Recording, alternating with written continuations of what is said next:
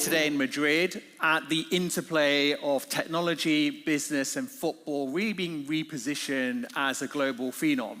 There's multiple aspects that impact the playing field and off the playing field as well. The panelists here will represent each and every one of those stakeholders, and I think it's an incredible panel in terms of expertise, sector, and geography as well. So maybe we can just start off with a 60-second quick fire question round for each and every panelist here, based on your vantage point, so where you sit right now. What is the single biggest commercial opportunity and also challenge in football right now? Let's start off with you and work our way down the panel. Okay, I'll try to be brief. I think from a league's perspective, it's really the fact that we have to start realizing that we're really media companies and we have to start thinking and acting like one. And that for me means that we have to reclaim our content, make our production ourselves, and then serve it in a way that our fans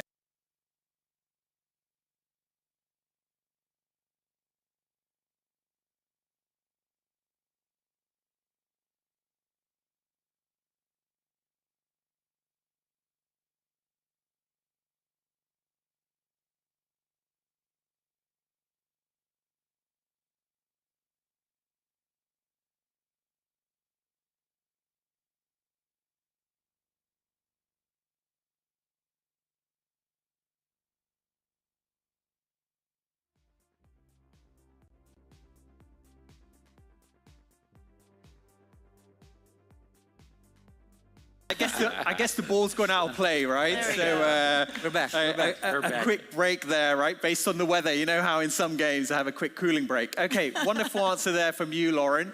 Maybe you can just repeat your last part for the audience in terms of looking at the leagues through the lens of a media house and being a content creator.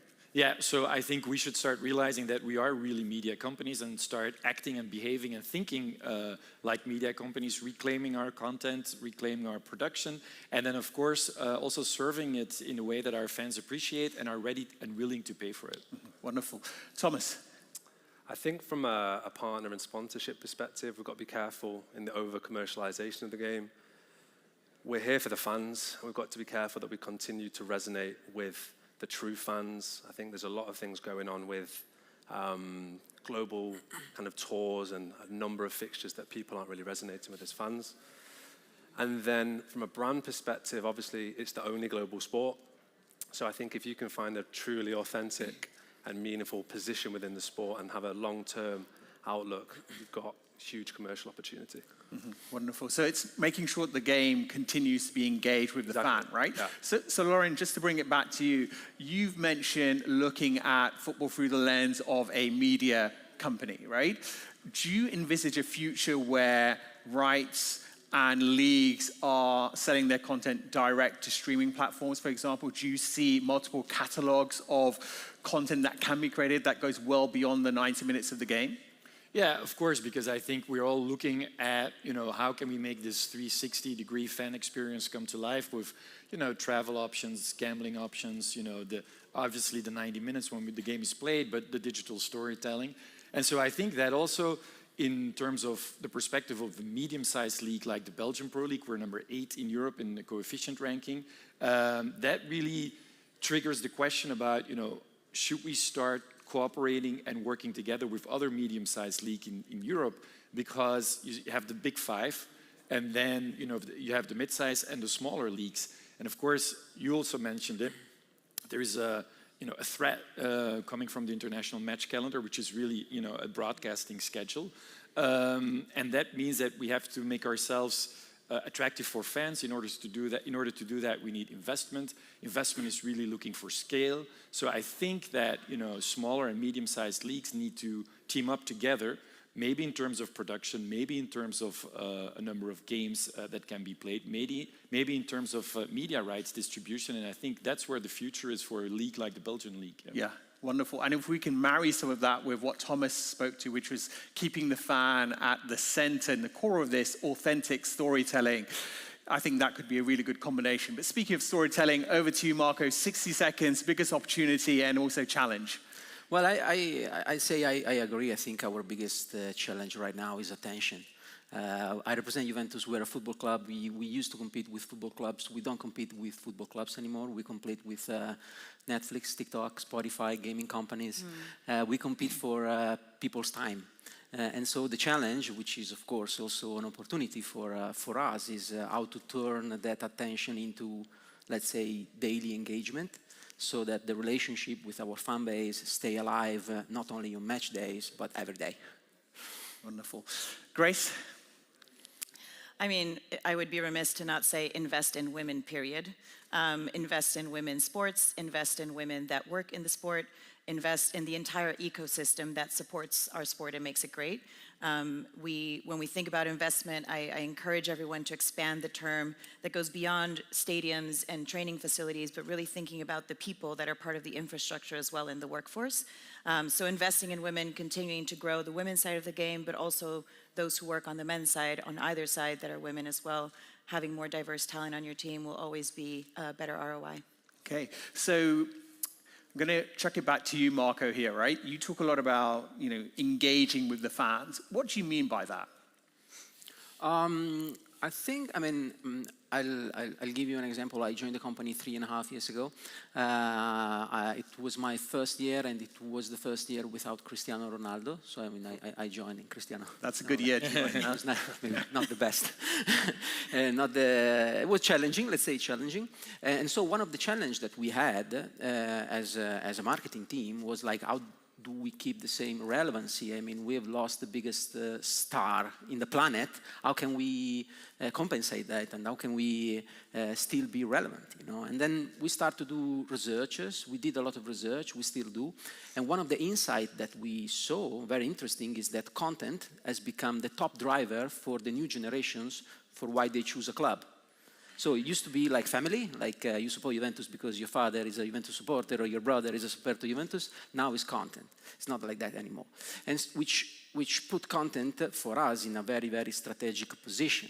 So it was like Cristiano left, content has become very, very, very important for the younger generation.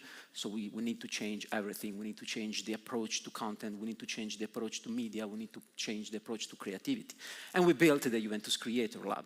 The Juventus Creator Lab represents a little bit this kind of new approach to creativity that we built at Juventus. We got inspired by the creator economy, of course, a lot. So our inspiration came from LA Style, YouTube House, gaming studios.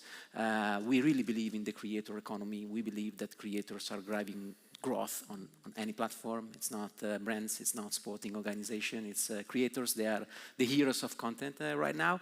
And so we studied the model, we learned from them, and we built the model internally. And in a way, we embrace the creator economy, and we try to infuse it into a football club. Yeah, I mean, there's so many incredible takeaways from that, right? First and foremost, content is now shaping how fans engage with and support a club. That in itself is seismic, because much like you, I support Liverpool for my pains or for my troubles based on the last few results, based on my father, right? And so I think that is transformative, because now you can have a fan in Sao Paulo that is identifying with your brand values, and maybe that association wasn't so strong many years ago, right? So to maybe kick that on a little bit and to ask you, Grace, when we talk about competition for attention here, there's also competition for investment, right? How do you create a value proposition so that stakeholders invest in the game of women's football?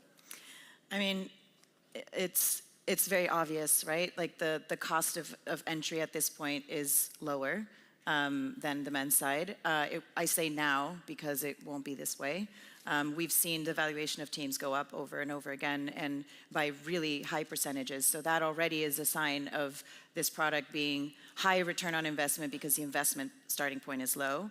But I do think that at the same time, when we're going through this, competition for resources, I think there's a scarcity mentality that some clubs take this approach, and I think that the invitation there is to say it's an abundance mentality, right? How are we making this sport bigger, right? We talk about scarcity when it comes to airtime, et cetera, but I also see new platforms coming into the equation. as expanding the sport and making it bigger. And we're very excited to see, especially the women's side of the sport, leading with storytelling, leading with value proposition, and saying it's not just money and it's not just the numbers. We also want to care about the values and the things that people are really associating with. And the opportunity there too, on the women's side especially, is to capture new fans and to treat the sport in a very innovative way that hasn't been done yet. And I'm excited to see as that continues to evolve, both in the United States and on a global landscape.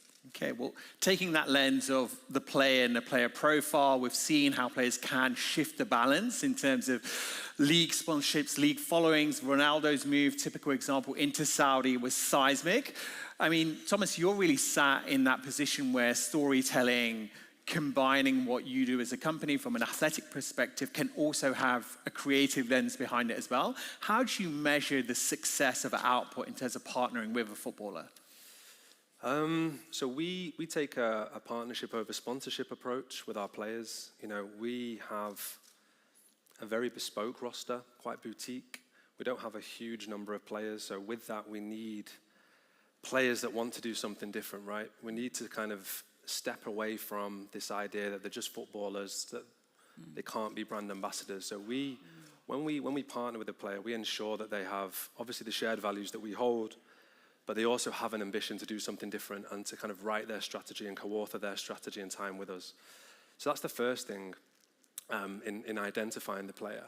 I would say the way we measure success I don't want this to sound super romantic, but we go through cycles, right, where we have to extend player partnerships. So a player partnership could be 3, 4, 5, 6 years long.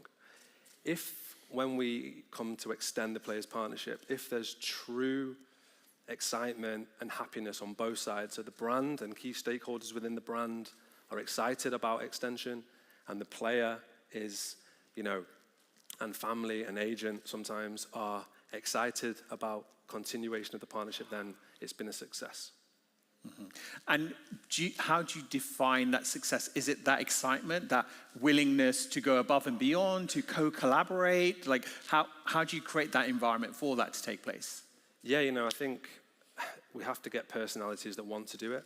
From a player perspective, we can't have players that just want to receive a pair of boots, do one photo shoot a year and receive a check. We need people that want to do things outside of the game. They want to transcend the sport. They want to give back to community.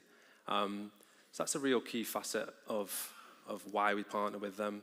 And then longer term, is the player synonymous with New Balance? And is New Balance synonymous with the player? So when people see Bukayo Saka, for example, do they see New Balance? Do they think about New Balance? Or when people hear about New Balance football, do they think about Bukayo Saka? It's quite hard to quantify, but that's something that we definitely aim to achieve. Yeah, and I think Sadio Mane is perhaps like a good example of that, right? Yeah, Sadio was one of our firsts. We partnered with him just as he joined Liverpool from Southampton. And one of Sadio's main ambitions was to do things in the community. He wasn't overly concerned with the high fashion space like Bukayo Saka, Eberechi Eze, Endrick. He was much more I won't say concerned, but much more interested in what New Balance could do to partner with him in giving back to the community, whether that be in Dakar, in Senegal, or whether that be in his hometown Bambali, where we've partnered on numerous I wouldn't say activations, more projects with him. Yeah, okay, well, speaking of giving, Lorin, you sit in a position where you've got multiple stakeholders. How do you manage? Often I think, first of all, like the role that you have is one of diplomacy, making sure that there's a balance in place. How do you actually look at and approach the need for collective gain whilst also highlighting the needs of the league, specifically in relation to broadcast rights in a very, very competitive market? Well, I think the best job description I found for what a league CEO does is like herding stray cats. So it's very, it's very diverse, and the interests are very diverse. And if you say, do you actually succeed in, putting the individual club success in a balance with the collective success? I think a lot of people would say that the God honest answer is you don't. Because our role is often spreading unhappiness evenly. And if I would ask my smallest club, if we succeed in that, they would say, no, we don't receive enough solidarity. And if I would ask my biggest club, if we succeed in fostering their individual success, they would say, no, you tax our success way too much, you know? So that's, I think, the age-old question with only unsatisfactory answers, but that's also why it's really interesting. So what we do is, of course, we sell our rights collectively, and we have a very transparent distribution key, which is, you know, solidarity, sport of merit over a longer period, 5 years, the number of Belgian trained players that actually, you know, made minutes in the game, and then audience numbers. And so those are the parameters of the distribution out of the media rights deals that we do, and that's very clear and transparent. So that's the way that we handle it, but it's a constant, you know, balance between all those different interests of the fan, you know, the 29 clubs that are part of our leagues, you know, the media rights holders, and then, of course, you know, I haven't even started talking about government or other stakeholders in that field. Yeah. Yeah. So we often talk about innovation within the game, and I think in your role, of course, it's challenging to compete with the Premier Leagues of the world, but at the same time, they also leave scope for innovation, right? And so I'm just wondering, how often does the league spend consciously on innovation, utilizing technology and platforms to project itself to an audience well beyond sort of like its key demographic?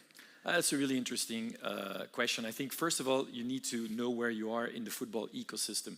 In Belgium, we just had a winter mercato where we sold for 384 million in terms of transfers that our clubs did. So that's really what we do. We're a league that's a purveyor of talent to the 5 biggest ones, and we sit right beneath those 5. Then if you know that that's your place in the ecosystem, then you're, of course, looking to Portugal, the Netherlands, you know, leagues that are closely either ahead or just behind you. And then you need to give your clubs an edge, and that's where innovation comes in. And for example, one of the things that we spent a lot of time on doing is building a Pro League performance hub. And now from the U13 up until the first team, we have a data setup that goes to our women's team, our first or second division, our youth leagues, where clubs can interchange data. And where we have, you know, the semi-automated offside line, where we went from a couple of data points on somebody's body to more than 50,000. And we are rolling that out today. We just had a big workshop with all of the clubs yesterday. And that's something where I think if you're not the biggest, you should try to be the smartest. And if we can, as a league, help our clubs to give them that little edge, you know, even if it's 1% or 2% in their performance, that's, I think, where we should go. And then, of course, you sit on a whole lot of data as a league, then you should find a way to open up that data and have, you know, creators come in, maybe have AI specialists come in and tell you what you can do with that data that you couldn't even think of. And that's where, you know, you build an ecosystem where it's, you know, useful for the fan who can see insights on his television screen that, you know, he otherwise wouldn't have had, for the clubs to make sure that they train and perform better, so that also our European level playing clubs perform better. And then, you know, for the leagues and the clubs to make money based on the data, because we've been talking about making money out of the data that we collect for a really long time. But there's very few and far between the number of examples that have actually succeeded in doing that. So we are spending a lot of our time on that, because I think that's where we can make the difference based on where we sit in the ecosystem. Yeah, that's an incredible answer. And I think to that point around data, one of the things when I ran some analytics around the Belgian Pro League is that it tracks really high in terms of sentiment value for pop culture. So a lot of people want to establish themselves or partner with heritage brands. And I think, you know, the Belgian Pro League has that component. Then when you add the overlay of Belgium as a country, you know, there's many a landscape there, you know, to Thomas's point and also Marco's as well, in terms of getting creators involved, so on and so forth. So before I go to Marco on the hot topic of creators, Grace, just a question for you. We've talked a little bit around broadcast rights, so on and so forth. Does it matter where people are consuming the women's game right now? On a tablet, on a mobile, the live experience? What's your opinion on that? Yes, of course it matters, because media rights are media rights, and reaching audiences is reaching audiences. And I think that every platform provides a different way of reaching the fan where they are. And I think that for us to see how, when we talk about innovation and creativity, to see just how these, players that are, building out TikTok profiles and like reaching, we saw even this happen even in rugby and, beyond the sport of soccer, just to see how social media and, streaming platforms, et cetera, have increased the reach of the sport, I think is an incredible way of growing the game, both on the men's and on the women's side. And I think that what the women's side is doing probably different is that they are really highlighting the ways in which that can be successful, and how when you reach the fan where they are, then you bring them on to watch the game, then you bring them in stadium, then you bring them in to buy merch. But I think, and that's not something that's unique to the women's side, I think that's something that I hope to see more of is, clubs and leagues and any tournament in general, just thinking about where is the fan and how can I communicate to them in a language that is exclusive to them, that is specific to them, that is culturally targeted and appropriate, because that is how we build the strongest fan base, that is how we build the future of the sport. Yeah, well, perfect finish there in terms of future of the sport. Marco, in my opinion, you're one of the best globally in terms of creating a new segment. I know you spent a lot of time in terms of repositioning Juventus as a vehicle away from exclusively football into sports and entertainment. And I know the Creator Lab is at the heartbeat of that. Maybe you can share some insights, and I know that you have a wonderful practical takeaway for us as well. Yeah, sure. I mean, we did it for relevancy, as we said before. We see the Creator Lab as I'd say a distinct commercial proposition. I think it is still quite unique in the football industry and maybe also in the sport industry. We partnered with a lot of creators. We hired a lot of creators. Actually, most of our social media managers are former creators. And besides that, we partnered also with global community, digital community, and creators in order to compensate the reach that we were missing from the fact that Cristiano was not there anymore, or Pogba, or Paredes, or Di Maria, and all the big stars. Yeah, so for us,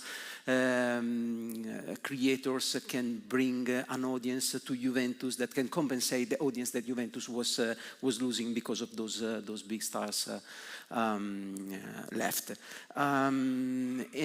We together with them, we started to do and to build the project differently, to evolve a little bit our commercial proposition. Last year, more or less this time, we were at Venice, at the Venice Film Festival, and we presented one of our original production at the Venice Film Festival, which was then distributed globally on Amazon Prime Video, which was quite funny because it was like me and the guys at the Venice Film Festival, and 100 meters away, there was like Lady Gaga and Joaquin Phoenix presenting Joker 2. And so we said like, wait a minute, I mean, this is not the field that we are used to compete, but we did it to test ourselves and also to try to do things differently. We hosted the World Freestyle Football Championship at the Juventus Creator Lab. We partnered with TikTok. So TikTok last year became the front of jersey sponsor of Juventus Women. And all of those projects for us are IPs, new digital IPs that can be integrated in our commercial proposition. I don't think we're going to make more money by selling traditional rights in the next 5 years. I think we need to create like a new commercial proposition, and all those projects aim to that. There should be a video, presenting a little bit the Creator Lab and some of the activities that we have been doing in the last 2 years. All right, here's the point. Why not do things differently? We've just found a new way. This is great, you guys! Like building the Juventus Creator Lab, bringing an original to the Venice Film Festival, or hosting the World Freestyle Football Championship. We created an animated series for kids, teamed up with TikTok as a jersey sponsor, became the most watched content on Prime Video Italy. We were the first club to enter the Kings League, imagined a new model for friendly match broadcasts. Here we go, baby! And gave fans the chance to play football in some of the most remote places on Earth. Let's move on. It's not just about what we've done. It's about what's to come. Because here, the real question is, why not?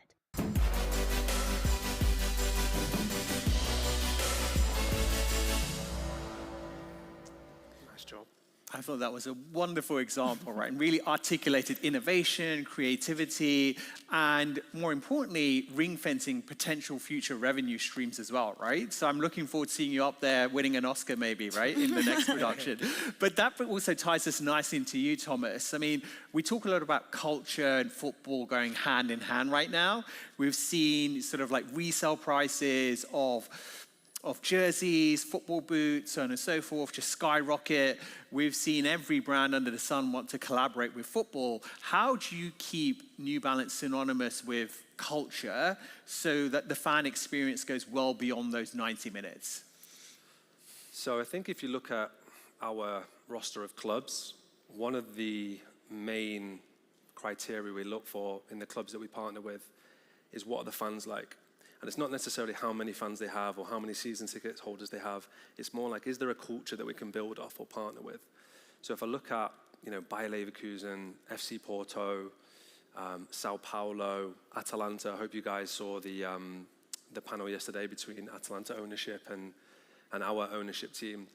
We really look at, are these fans that, have a real culture and something that we can work on together with? So that's a prerequisite prior to even partnering with a club.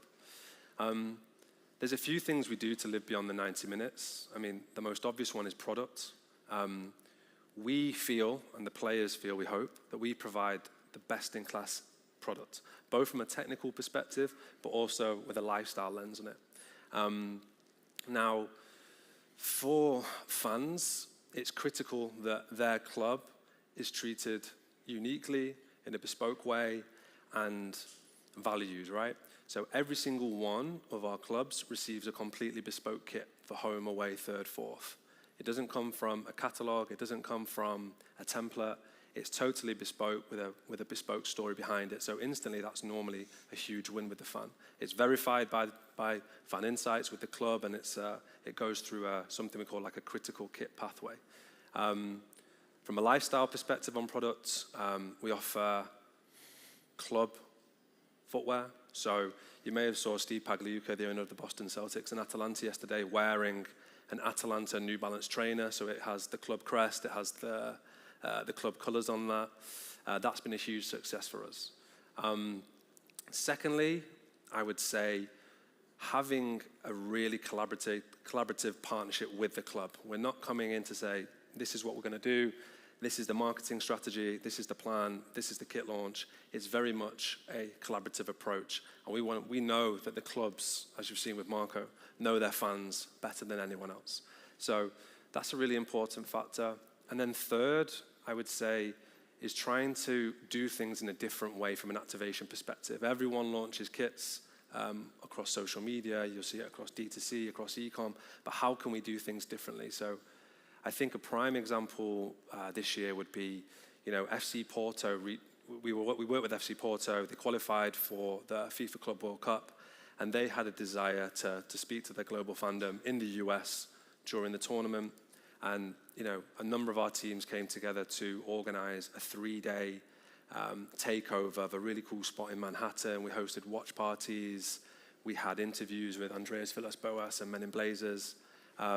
We invited, quite esteemed guests from a Porto perspective in Sarah Sampaio, who is a huge Hollywood movie star, but an avid Porto fan. So really just trying to live and breathe the club beyond just sticking a badge on the shirt and seeing it on pitch for 90 minutes, yeah. Yeah, I really like that example. And so when you take creative risks, how much of a buy-in do you need from the club?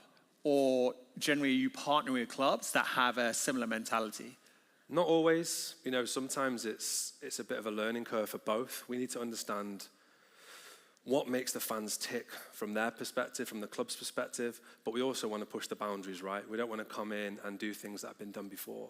So, we think about these things with a short-term, medium, and long-term approach. We obviously have a ton of activation running through the year, but then we'll also normally once a year get together with real key stakeholders from all levels of the club, all parties, all stakeholders from within MB, and hold something called a vision meeting, which is where we try and avoid talking about, imminent tasks that sometimes you end up kind of getting bogged down in. With our clubs now, we're looking at what we're going to do in 2027. What can we do in 2028? And it's a real opportunity to speak about innovative ideas that you're not suddenly under pressure to fulfill. It can be, you can take your time to kind of build, meander through, and build in design. Yeah, that's a really unique insight. So we've talked about a lot of these concepts in football. I think, Grace, you're in a unique position where you're helping grow and develop the sport, specifically in the US. You're working with multiple stakeholders. And I always love to ask this question in and around leadership in general, because I think many people consuming this content online, as well as in play here as well, are looking at insights in terms of how to grow from an executive standpoint. So any leadership lessons that you can share with us as you're in this exciting segment of the sport? I think culture comes from within, and the best leaders are those who embody the true culture and the authenticity of the organization that they represent. The leaders that I find most inspiring across the industry and that I see are contributing to the success of growth in the United States especially, are those who truly embody the values that they, it's like practice what you preach. And I think what I recognize from our perspective as women in soccer is there is a pipeline problem, or maybe let's say there's a pipeline opportunity. I'll phrase it that way. I think that when we think of diversity, and we look at it from the lens of gender, but I'd be remiss to not look at it also from the lens of race, I think that the best leadership teams are the ones that are constituted by people that come from different backgrounds. I think that in the United States, we have the unique opportunity of the sport being on the younger phase, and so we have the opportunity to also recruit people that come from different industries, and the cross-pollination of ideas is fascinating to see. It's fascinating to witness, and the best leaders, I think, bring the lessons they've learned across other industries, or maybe they are, in the rare occasion, people that have come up from within the industry, and really transform the culture from within.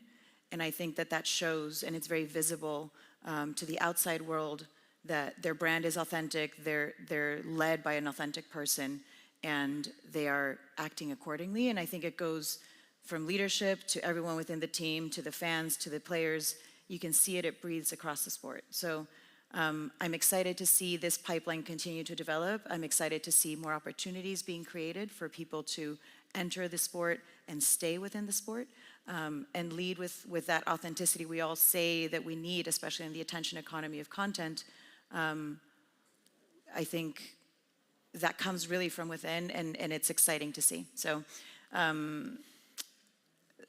that's a long, very long way of, I'm trying to find a way to close this, but the best leaders are the ones that are inspiring because they really embody what they do. Yeah, and so to that point, I've had a chance to meet Pip and consume the content. You seem like a very aligned team as well. Yeah. But I think you touched on a really important point, which is how to attract a segment of the audience base that isn't currently participating in football at this level potentially. Yeah. So do you have any advice in terms of how to create an environment to encourage applications from those that are maybe underrepresented? Yeah. And also more so from a leadership standpoint, how you can cultivate that talent as well? Because we know it's one thing to get them into the org, and it's another thing to also make sure that you're holding their hand through the journey. Yes, thank you. Thank you. That's a great question, because I think the solution is two-pronged, and I hate saying two-pronged, but I'm here saying two-pronged. So I think it takes two perspectives. One, it's the individual, and another one is on the system. On an individual front, it is ensuring that people are having access to the right opportunities, making sure that the job opportunities are in front of the right people, making sure we're finding, again, trying to translate what we just spoke about recently about connecting with the fan and meeting them where they are. A lot of what we do in Women in Soccer is three-dimensionalized job descriptions so that people actually can envision themselves working there, because so much of it is a lack of representation. So on one side, it's preparing the individual and job readiness, whatever that means, professional development, curriculum writing, et cetera, making sure that people entering the workforce are equipped to do so and are not just fans and love the sport, but actually talented, competent individuals as well. And on the other side, it's within an organization, making sure that you're creating a culture that actually fosters that. We talk about psychological safety a lot. We talk about making sure people feel that they are not just in a space, but that belong in the space. And achieving that sense of belonging doesn't come from, oh, tick the box, we hired someone. It's making sure they feel included, making sure if they haven't mentioned something during a meeting, hey, what is your opinion? And so I think that the leadership that best embodies that are those who really see their team as as a beautiful resource and as a sense of wealth that they can tap into, and not to be exploitative about it, but to really be encouraging of people's development. And we've all had those leaders in our life, hopefully.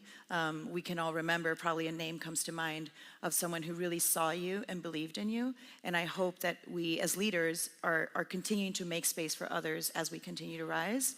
That to me is the most inspiring form of leadership. Yeah, that's an incredible answer there.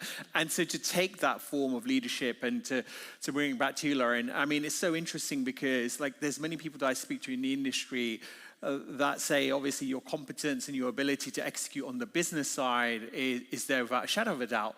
But often people that have engaged with you in the past talk about your humility, the fact that you're open, that you create an environment for innovation.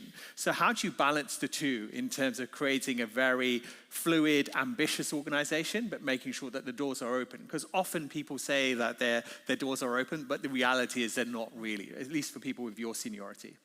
No, it's true, because when we hire people, and we're in the hiring process right now, I always try to hire women, and it's really hard, you know, like, so I try to find out like what is it that we're doing wrong? Is the job description? How can we make sure that, you know, we are an environment where we keep asking ourselves the question, like, you know, we don't all want to be a mall of each other, you know, like we all want to be different, and I love that you say not just being there, but belonging. And so that's something I don't really have a good answer to. It's something that, you know, we try on a daily basis and we fail on a daily basis, you know. But just asking the question, having the conversation is the beginning of an answer, I think. But, you know, I would be not very humble if I would say here that I have that answer, because I don't, you know. Okay. I just try. Yeah. Okay, you know, I think that in itself is a great answer, right? Making sure that you are open-ended and open-minded in terms of ideas and so on and so forth. So I know we've gone 30 seconds over, but I think we can take one extra minute because of the AV problems at the start to wrap things up from a global, local, because quite often you hear the debate around football, around games going outside of the four walls of a country. And Marco, to come to you, you know, Juventus is one of the storied brands of global football. How do you manage being a global presence with preserving that local identity? And I know that there was a short film around We Are Youth that you can also tap into. Yeah, so the interesting thing here is that our identity, in a way, starts with our name, because Juventus in Latin means youth. And this is quite unique, as most of the clubs carry the name of the city in the name of the club, you know, Manchester, Madrid, Munich, Milan, but we don't have that. And so when last year we built our marketing story, we didn't invent anything. We just reminded to ourselves who we are, you know, which is part of our name. And actually youth, it's something that everyone likes, or everyone likes to remind. And so this is the value for us. Youth is for us curiosity, is courage, is the will to evolve, and that's the spirit that probably has guided Juventus throughout under 28 years of history, and kept Juventus relevant among all the generations that Juventus saw in under 28 years. Very good. And I think, is there a short film just to... There should, yeah. Youth, a name that belongs to us, where our origin began, a mindset that defines us, an attitude true to us, core to who we are, and shared with the world. We embrace it for a greater future, and to change the game for the better.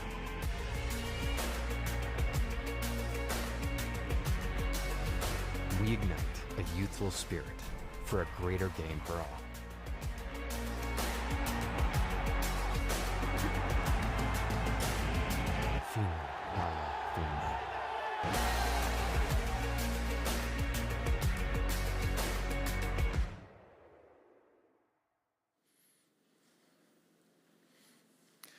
Okay, there you have it. So that brings us to the end of this panel. I hope you've enjoyed the conversation, many different ideas, and maybe the biggest takeaway is that independent of where you sit in the footballing ecosystem, there's opportunity there, and I think technology is a great enabler in order to make that happen. Thank you so much, everybody.